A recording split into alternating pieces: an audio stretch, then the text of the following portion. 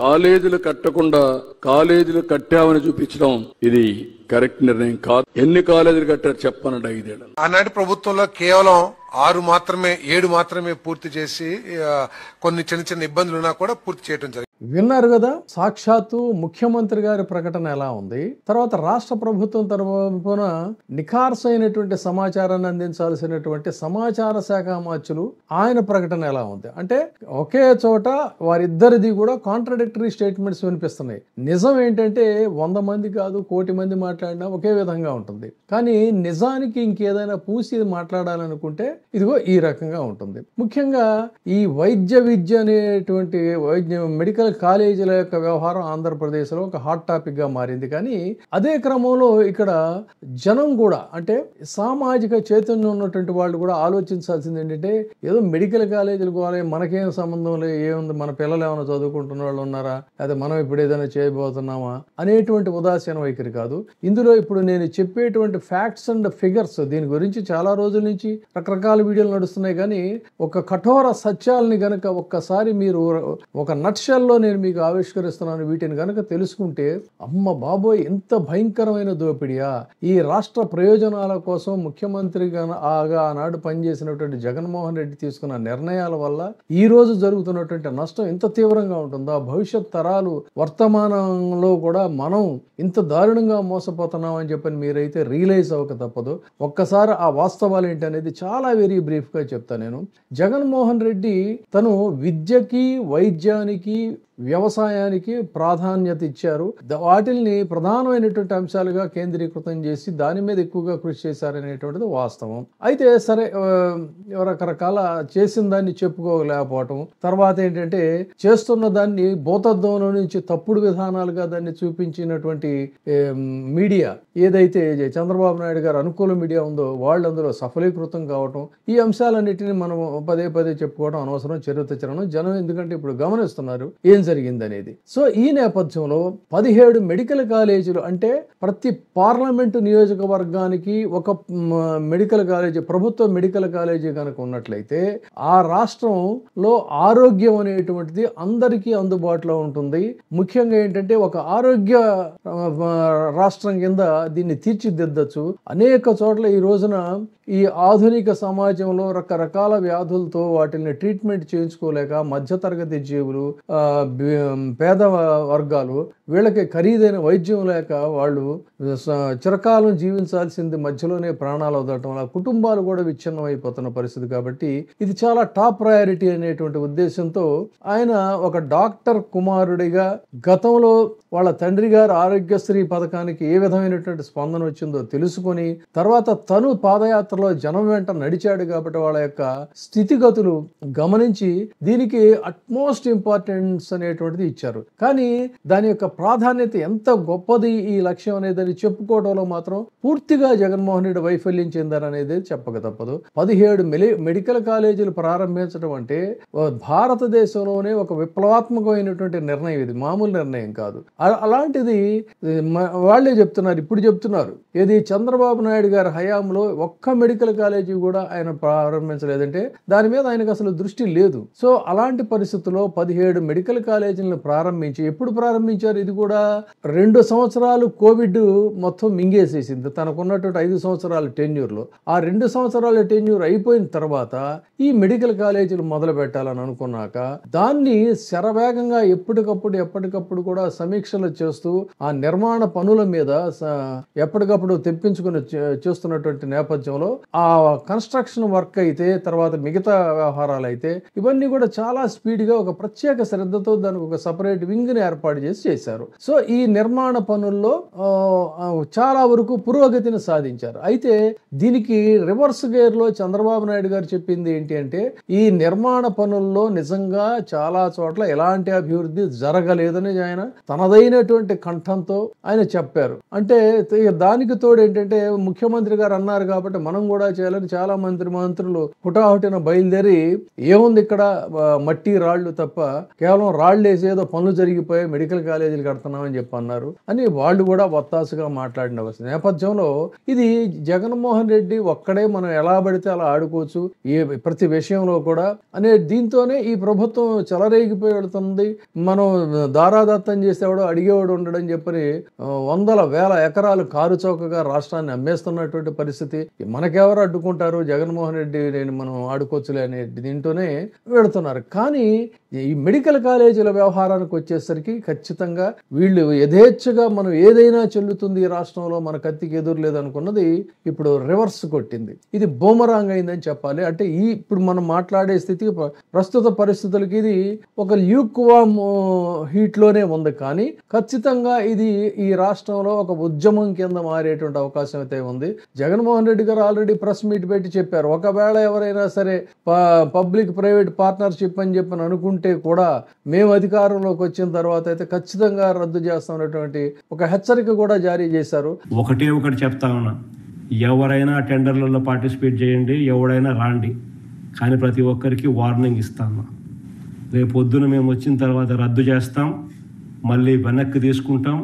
ఇది మాత్రం ఖచ్చితంగా అందరూ గుర్తుపెట్టుకోమని. అనేక అంశాల్లో చేస్తున్నట్టుగా ఈయన అధికారంలోకి వచ్చినప్పుడు సంగతి తర్వాత అనేది దీంట్లోనే ఇప్పుడు కూడా అదే రకంగా. అయితే వైఎస్ఆర్సీపీ నిర్ణయం మాత్రమే కాకుండా ఇప్పుడు కమ్యూనిస్టులు స్పందించారు ఈ అంశం మీద, కాంగ్రెస్ నాయకులు స్పందించారు, పౌర సమాజంలోని మేధావులు తీవ్రంగా వ్యతిరేకిస్తున్నారు. చివరికి ఆయనకి ప్రత్యక్షంగా గాని పరోక్షంగా గాని ఒత్తాసు పలికేటువంటి లోక్సత్తా వ్యవస్థాపకుడు డాక్టర్ జయప్రకాష్ నారాయణ గారు గాని, లేకపోతే జగన్మోహన్ రెడ్డిని తీవ్రంగా వ్యతిరేకించేటువంటి కాంగ్రెస్ నాయకులు తులసిరెడ్డి లాంటి వాళ్ళు గాని, ఇలాంటి వాళ్ళందరూ కూడా వ్యతిరేకించడమే కాకుండా క్షేత్రస్థాయికి వెళ్లి అక్కడ కమ్యూనిస్టులతో సహా, కమ్యూనిస్ట్ నాయకులతో సహా క్షేత్రస్థాయికి వెళ్లి అక్కడ కన్స్ట్రక్షన్స్ అన్నిటిని కూడా పరిశీలించి ఇంత పురోగతి 2 సంవత్సరాల వ్యవధిలో, 2 సంవత్సరాలు కూడా కాదు, హార్డ్లీ 1.5 year లో ఇంత పురోగతి సాధిస్తే అసలు ఏమీ లేదు ఇక్కడ రాళ్ళు అని చెప్తారా అని చెప్పని వాళ్ళు ప్రశ్నిస్తున్నారు. మరొక వైపు విద్యార్థి సంఘాలు, వైద్య విద్యార్థులు వీళ్ళు కూడా మెల్లగా రోడ్ల మీదకి వచ్చి ప్రతిఘటనించేటువంటి దీనికి వాళ్ళు సమాయత్తం అవుతున్న పరిస్థితుల్లో ఈ మెడికల్ కాలేజీ వ్యవహారాలు చాలా మంది గుర్తుందో లేదో, నేను అదొక అవసరమైతే ఇంకొక వీడియోలో చెప్తా. కేవలం బీఈడీ సీట్ల వ్యవహారానికే ఆంధ్రప్రదేశ్ లో పెద్ద ఉద్యమం చెలరేగి ఒక ముఖ్యమంత్రి తన పీఠాన్ని కోల్పోయిన పరిస్థితి ఉంది. అలాంటి పరిస్థితుల్లో ఇంత అత్యంత ఖరీదైనటువంటి, ఇంత విలువైనటువంటి మెడికల్ కాలేజీల్ని పీపీపీ అనే పేరుతో ప్రైవేట్కి దారాదత్తం చేస్తూ ఉంటే ఆంధ్రప్రదేశ్లో ప్రజలు చూస్తూ ఊరుకుంటారనుకోవటం మాత్రం ఖచ్చితంగా ఇది పొరపాటు. ఇది ఈ రాష్ట్రంలో ఈ ప్రయోజనాలను కాపాడుకోవటం అనేటువంటిది ఆరోగ్యాన్ని కోరుకునే ప్రతి ఒక్కరికి కూడా ఇది అత్యంత అవశ్యమైనటువంటి అంశంగానే దీన్ని భావించాలి. వైద్య విద్యను ప్రజలకు అందుబాటులోకి తేవాలనేటువంటి లక్ష్యాన్ని ప్రైవేటీకరణ వైపు మారిస్తే ఇప్పటికే ప్రైవేటు మన కార్పొరేట్ హాస్పిటల్స్కి వెళ్ళి ఎంతెంత భరించాల్సి వస్తుందో పుస్తెలు తాకట్టు పెట్టుకుని ఇళ్ళు అమ్ముకొని కూడా ట్రీట్మెంట్లు చేసుకున్నటువంటి దయనీయమైనటువంటి గాథలు చాలా ఉన్నాయి. హైదరాబాద్కు వచ్చి ఇక్కడ కార్పొరేట్ ఆసుపత్రులు అలాంటి పరిస్థితులు ఉండకూడదు. వైద్యం అందరికీ ఖరీదైన వైద్యం అందుబాటులో ఉండాలి. మధ్య పేద తరగతి విద్యార్థులు చదువుకోవాలి. ఎంత అద్భుతమైన లక్ష్యం అండి. అలాంటి లక్ష్యాన్ని చిదిమేస్తూ పబ్లిక్ ప్రైవేట్ పార్ట్నర్షిప్ అనేటువంటి పేరుతో ఈ కాలేజీలన్నిటినీ కూడా ప్రైవేటు మేనేజ్మెంట్ కి అప్పచెప్పాలి.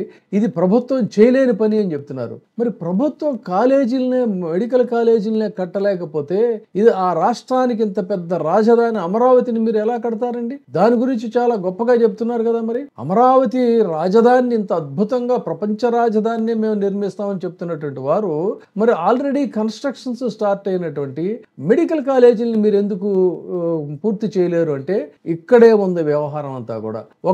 ఈ ఫ్యాక్ట్స్ అండ్ ఫిగర్స్ మీరు ఒక్కసారి జాగ్రత్తగా వింటే విస్తుపోయేటువంటి ఫిగర్స్ అన్నమాట ఇవన్నీ కూడా. ఒక్కో మెడికల్ కాలేజీలో 150 MBBS సీట్లు తీసుకుంటే 50% సీట్లు అంటే 75 సీట్లు ప్రభుత్వ కోట, తక్కువ ఫీజు అని చెప్తారు, కానీ దానికి డైరెక్ట్ ఇండైరెక్ట్ కింద వాయింపుడు అనేది ఉంటుంది. ఇది ప్రస్తుత వార్షిక ఫీజు అయితే జగన్మోహన్ రెడ్డి గారి హయాంలో 30,000 నుంచి 50,000 వరకు మాత్రమే ఉంది. ఇక వీళ్ళు చెప్పే దీని ప్రకారంగా చూసుకుంటే ఆల్రెడీ 150 సీట్లు ఎన్ఎంసి ప్రస్తుతం ఎగ్జిస్టింగ్ మెడికల్ కాలేజీలకు ఇచ్చింది. అదనంగా ఇంకో 50 సీట్లు కావాలి అని చెప్పని జగన్మోహన్ రెడ్డి గారు ఆ రోజున కేంద్రాన్ని అడిగితే వాళ్ళు సానుకూలంగా స్పందిస్తే ఆ 50 సీట్లు మాకు అవసరం లేదు అని చెప్పని చంద్రబాబు నాయుడు గారు లేఖ రాసినటువంటి అంశం కూడా బయటకు వచ్చింది. సరే, మళ్ళీ బ్యాక్ టు ఇష్యూ. ఈ పీపీపీలో వ్యవహారం తీసుకుంటే 35% సీట్లు అంటే 52 సీట్లు మేనేజ్మెంట్ కోట, 12 లక్షల నుంచి 15 లక్షల వార్షిక ఫీజు అనేది ప్రస్తుతం చెప్తున్న రేటు. కానీ ఈ రోజే వార్త వచ్చింది, ఈ ఎన్ఆర్ఐ కోటాలని వీటిని కూడా భారీగా 35 లక్షల వరకు పెంచుతున్నారని చెప్పని. 15% సీట్లు అంటే 23 సీట్లు ఎన్ఆర్ఐ కోట. ఈ ఎన్ఆర్ఐ కోట 25 లక్షల నుంచి ఇప్పుడు 35 లక్షలకి పెంచాలి అనేటువంటిది కూడా తాజాగా వచ్చినటువంటి వార్త. సరే, ఇవన్నీ ఓవరాల్ గా చూసుకుంటే ప్రభుత్వ సీట్లు 75 × 50,000 ఈజ్ ఈక్వల్ టు 3.75 కోట్ల రూపాయలు. ఇది మామూలుగా. ఇక మేనేజ్మెంట్ సీట్లు తీసుకుందాం. మేనేజ్మెంట్ సీట్లు తీసుకుంటే 52 × 12 లక్షలు సగటున 62.4 కోట్లు. ఎన్ఆర్ఐ సీట్లు 22.25 లక్షలు ఈజ్ ఈక్వల్ టు 57.5 కోట్లు. అంటే జాగ్రత్తగా ఒకే ఒక్క పదంతో చెప్తున్నాను వినండి, ఇవన్నీ మీకు కన్ఫ్యూజన్ గా ఉంటే.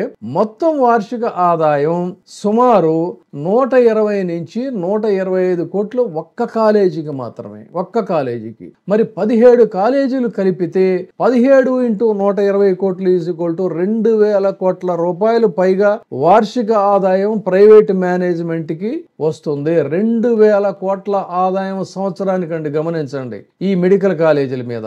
ఇక ఇది కాకుండా మళ్ళీ అదర్ ఇన్కమ్స్ ఉంటాయి. పీజీ, ఎండి, ఎంఎస్ సీట్లు కావాలంటే ఒక్కో కాలేజీకి 75 నుంచి 100 సీట్లు. ఇందులో మేనేజ్మెంట్ కోట, ఎన్ఆర్ఐ కోట ఉంటుంది. ఇది అసలు వాళ్ళు ఏ రేట్లకు అమ్ముకుంటారో కూడా మనకి లెక్కేయలేం. అది కాకుండా డయాగ్నోస్టిక్, హాస్టల్, ట్రాన్స్పోర్టు, ఇంకా ఇతరత్ర ఇవన్నీ కూడా అందులో ఉంటాయి. వాటన్నిటి మీద కూడా ఆదాయం వస్తుంది. ఈ ఆదాయాలన్నిటినీ కూడా కలుపుకుంటే ప్రైవేట్ మేనేజ్మెంట్ కి సంవత్సరానికి 1,000 కోట్ల రూపాయల ఆదాయం వస్తుంది. ఫీజులేమో ఆకాశానికి ఎగిరేటువంటి పరిస్థితుల్లో మధ్య తరగతి జీవులు కాదు, ఎగువ మధ్య తరగతి జీవులు కూడా ఈ కాలేజీల్లో చదువుకోవటం అనేటువంటిది అసంభవం. సో ఇంత పెద్ద గొప్ప నిర్ణయాన్ని జగన్మోహన్ రెడ్డి తీసుకెళ్తే దీన్ని తిరిగి మళ్ళీ పెట్టుబడిదారీ వ్యవస్థలకే దీన్ని కూడా చెప్పాలనుకోవటం.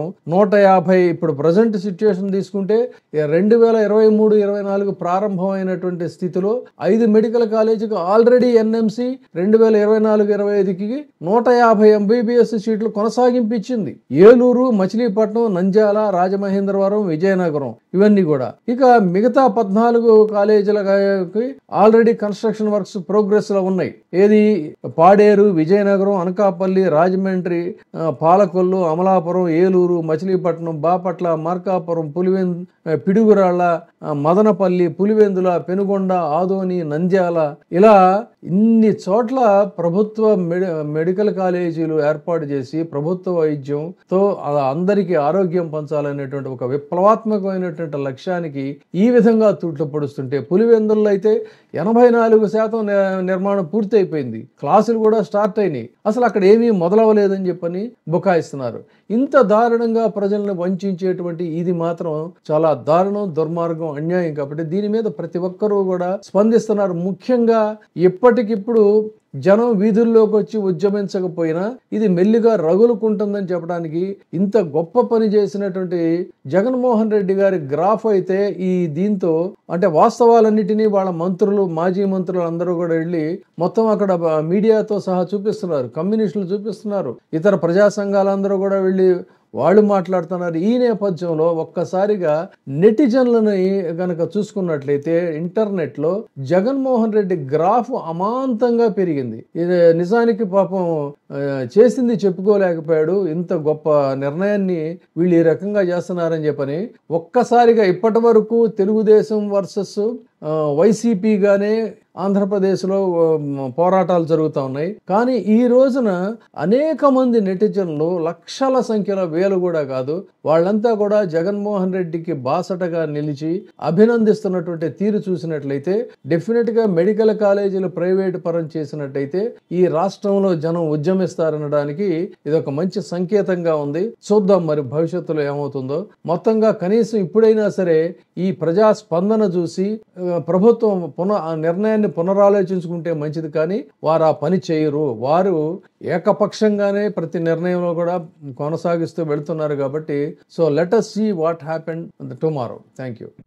ఇప్పుడే సబ్స్క్రైబ్ చేయండి, లైక్ చేయండి, షేర్ చేయండి. VTV ప్రైమ్, మీ ఉత్తమాభిరుచుల సమ్మేళనం.